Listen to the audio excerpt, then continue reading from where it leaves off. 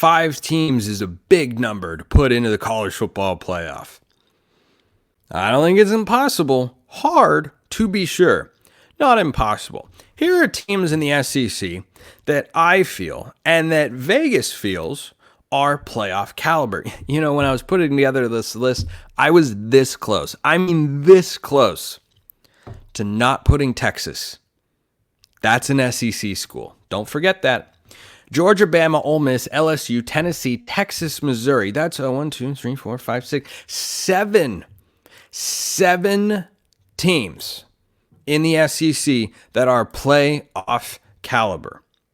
Did you know that 3 of them are favored to make it, Georgia, Ole Miss, and Texas, and 4 of them are favored pretty narrowly in most instances to miss it? Alabama being favored to miss the college football playoff is a crazy world to live in. And look, for those of you that don't have experience with Kalen DeBoer, allow me to explain how this works. You look at what you have on paper and you feel really good. And you look at what the team he's coaching has on paper and you again feel good about what your team can put up, and then you lose. That's it. That's how it goes.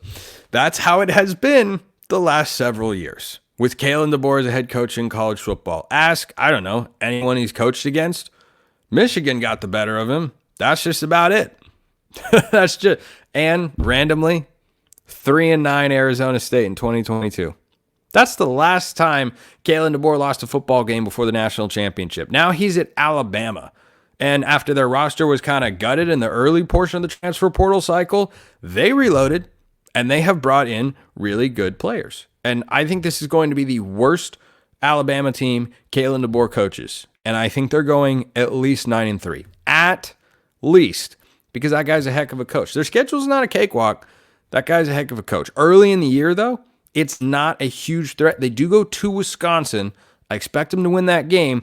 It's going to be an electric atmosphere, though. But still a crazy world to live in which Alabama's favored to miss the playoffs. So let's say the 3 teams that are favored to make it all fulfill on those expectations. Georgia, Texas, and Ole Miss. And let's say, just for the sake of argument, that Georgia and Texas play in the SEC title game. Georgia wins.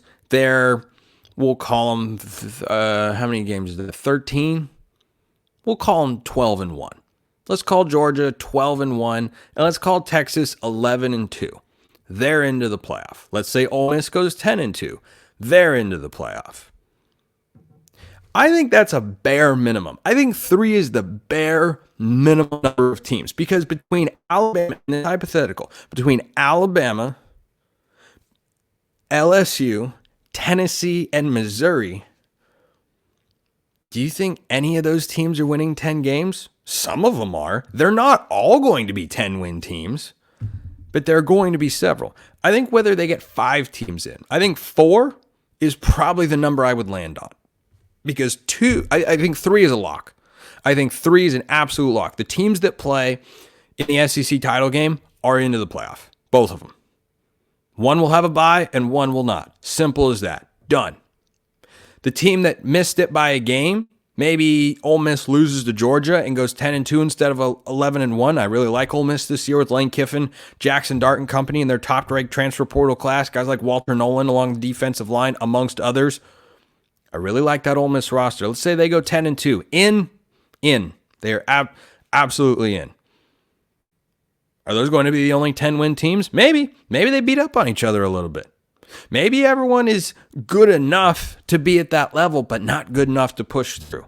I think 3 is the minimum. I think 5 is the maximum that the SEC could get in. That's why my bet is probably going to be on 4. Now, the Big Ten, when you look at the other playoff spots, you're going to have 5 conference champions, right? Those are automatics. The SEC and Big Ten runners-up, probably also in. Remember, you don't have divisions in the Big Ten anymore. So you're probably going to have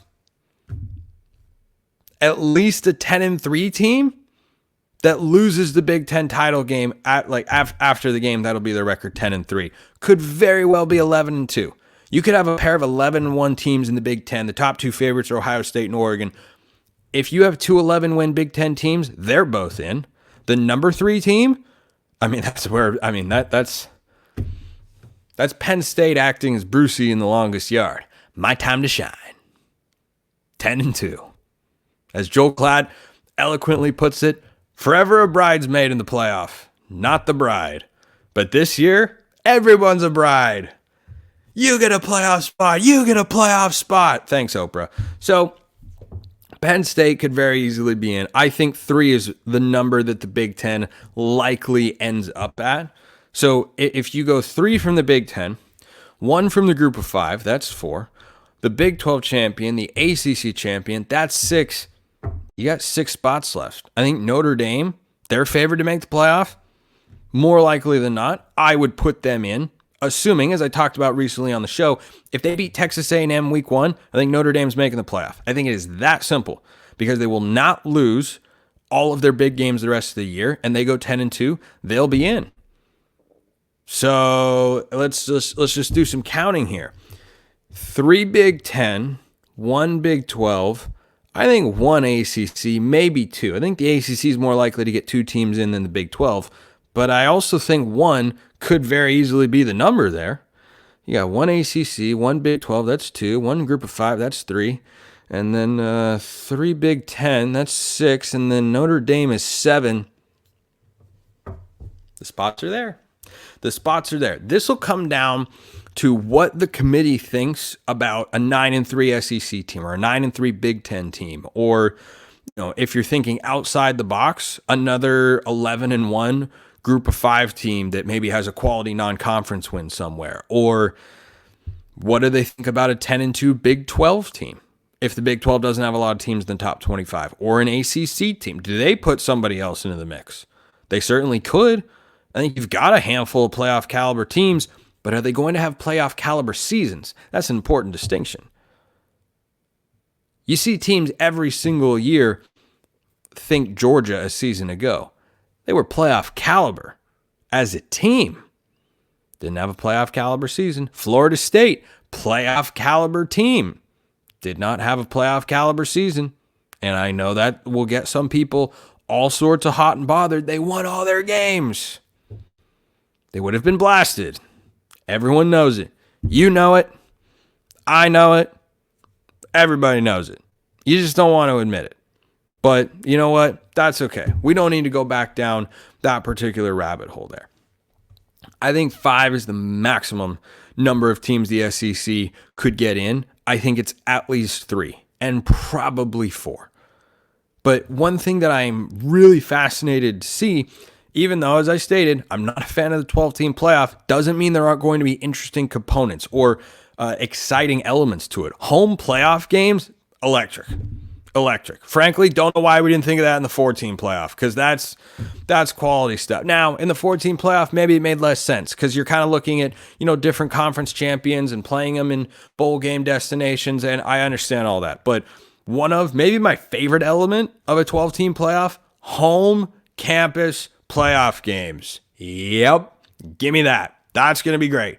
That is absolutely going to be great. I don't like what that means for the regular season. I like what it means for those games meaning something at that time of year. There will be high drama and big games and big plays and all this sort of stuff.